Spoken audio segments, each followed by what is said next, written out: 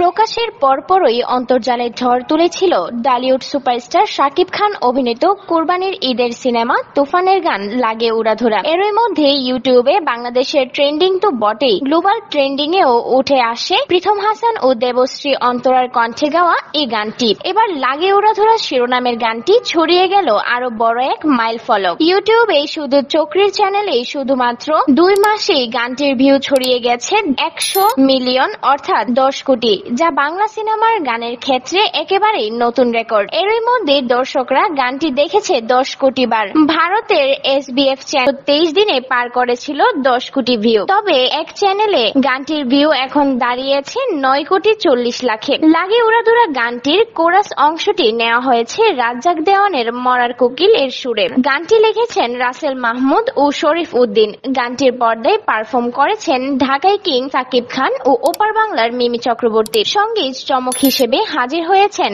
সঙ্গীত শিল্পী প্রীথম হাসান ও নির্মাতা রায়হান রাফি।